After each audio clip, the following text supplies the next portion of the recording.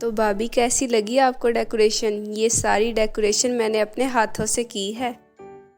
प्रिया, तुमने डेकोरेशन तो घर की बहुत अच्छी की है, लेकिन थोड़ी बहुत अपनी भी डेकोरेशन करवा लेती। तुम्हारे भाइयों की शादी है और तुमने थोड़ा बहुत मेकअप भी नहीं करवाया। थोड़ा बहुत मेकअप तो करवा लेती, तुम्हारा थोड़ा कालापन तो कम होता।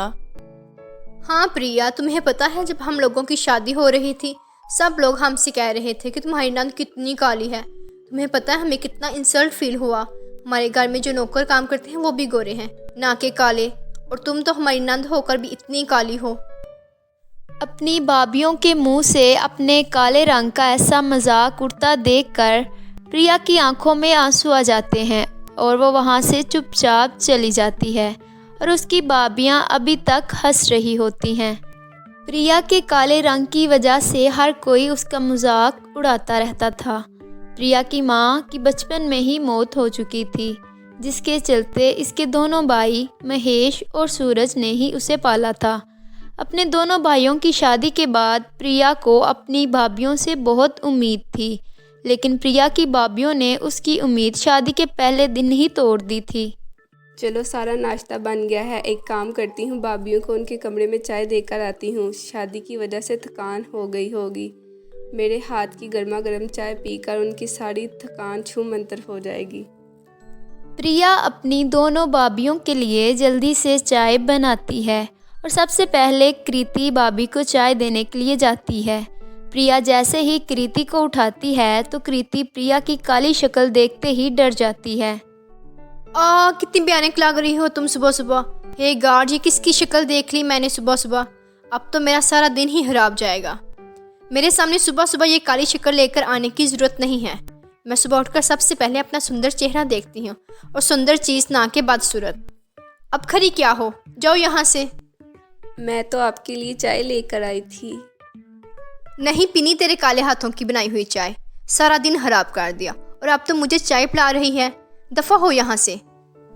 प्रिया उदास होकर जैसे ही अपनी दूसरी भाभी के कमरे में जाती है तो वो भी उसके साथ कृति जैसा बर्ताव करती है, जिसके चलते प्रिया अपने कमरे में जाकर खूब रोती है। प्रिया की दोनों भाभियाँ शादी के बाद घर के किसी काम को हाथ नहीं लगाती थीं, जिसके चलते प्रिया को ही घर के सारे काम करने पड़ते थे। प्रिया अपने घर के काम के साथ साथ अपनी पढ़ाई पर भी ध्यान दे रही थी।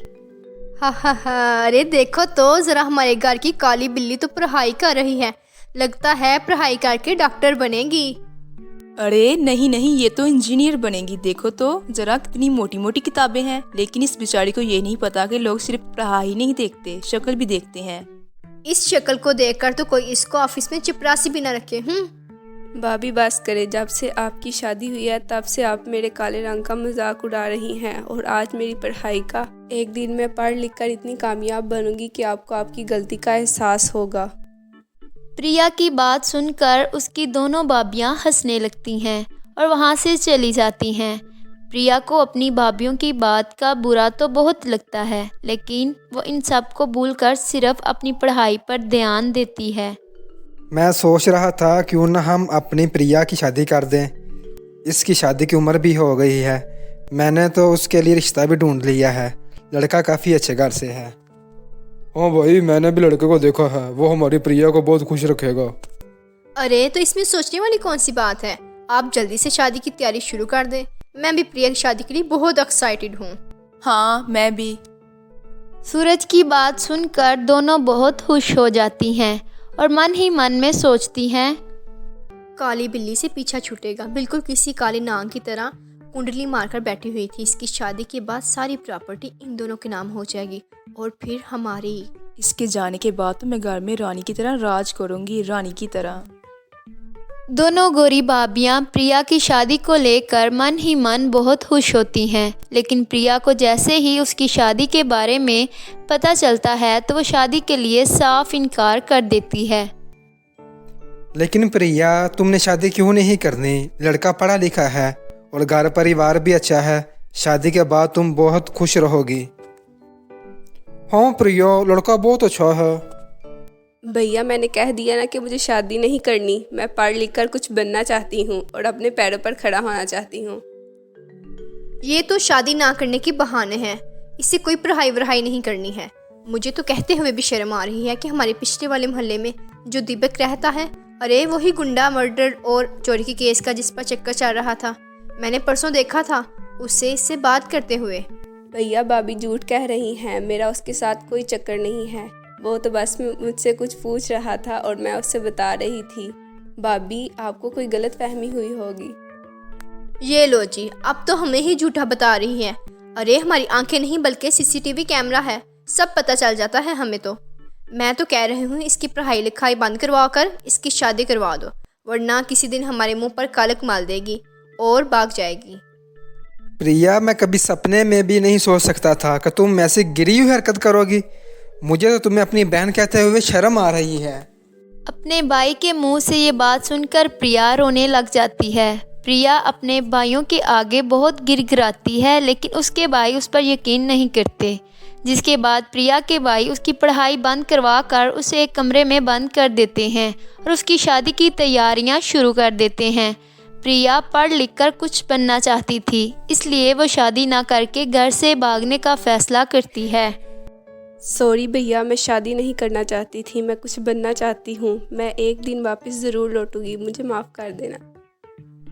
प्रिया अपने मन में इतना कहकर घर छोड़कर भाग जाती है। जैसे ही उसके भागने की बात उसके भाइयों को पता चलती है तो उसकी दोनों भाभियां आग में घी डालने का काम करती हैं। भाग गई ना, मैं तो पहले ही कह रही थी कि इसकी शादी जल्द से जल्द करवा दो, लेकिन नहीं, आपको ही अपनी बहन की शादी बड़े धूमधाम से करनी थी। करो आप धूमधाम से शादी, हमारे चेहरे पर तो कालक मालकर चली गई ना। मैं तो सोच भी नहीं सकता था कि मेरी बहन, जिसको हम दोनों भाइयों ने गोद में पाला है, वो ऐसा कुछ करेगी। आज के बाद हम दोनों प्रिया से सारे रिश्ते तोड़ देते हैं। आज के बाद वो हमारी बहन नहीं है। अपने पतियों की बात सुनकर दोनों भाभियां बहुत खुश होती हैं, जिसके बाद अब दोनों खुशी खुशी रहती हैं। वहीं दूसरी तरफ प्रिया पार्ट टाइम जॉब करके रात दिन पढ़ाई करती रहती है और कुछ ही महीनों में गवर्नमेंट ऑफिसर बन जाती है। गवर्नमेंट ऑफिसर बनने के बाद सबसे पहले प्रिया अपने भाइयों से मिलने जाती है। प्रिया के भाई जैसे ही उसे गवर्नमेंट गाड़ी से उतरते देखते हैं तो दोनों के दोनों हैरान रह जाते हैं। प्रिया, तुम इस गवर्नमेंट गाड़ी में? भैया मैं गवर्नमेंट ऑफिसर हूँ और ये गाड़ी भी मेरी है। लेकिन तुम तो गाड़ी छोड़कर भाग गई थी ना। ये सब अपने भाइयों के पूछने पर प्रिया उनको सारी सच्चाई बता देती है, जिसे सुनकर तुमने हमारी बहन के खिलाफ हमारे मन में इतना जहर भरा और हम इससे नफरत करने लगे। तुम दोनों को यहाँ रहने का कोई हक नहीं है, निकल जाओ यहाँ से। हमें माफ़ कर दीजिए, हमसे बहुत बड़ी गलती हो गई। नहीं भैया, ये आप क्या कर रहे हैं? आपके अलावा भाभी का है ही कौन? अगर आप इनको घर से निकाल देंगे तो ये कहाँ जाएंगी? प्लीज़ आप इन्हें घर से मत निकालिए। हमने तुम्हारे साथ इतना बुरा किया, लेकिन आज भी तुम हमारा घर बचा रही हो। प्रिया, हमें माफ़ कर दो, हमसे बहुत बड़ी गलती हो गई। अपनी दोनों भाभियों को उनकी गलती का एहसास होता देखकर प्रिया उनको माफ़ कर देती है, जिसके बाद अब पूरा परिवार खुशी खुशी रहता है।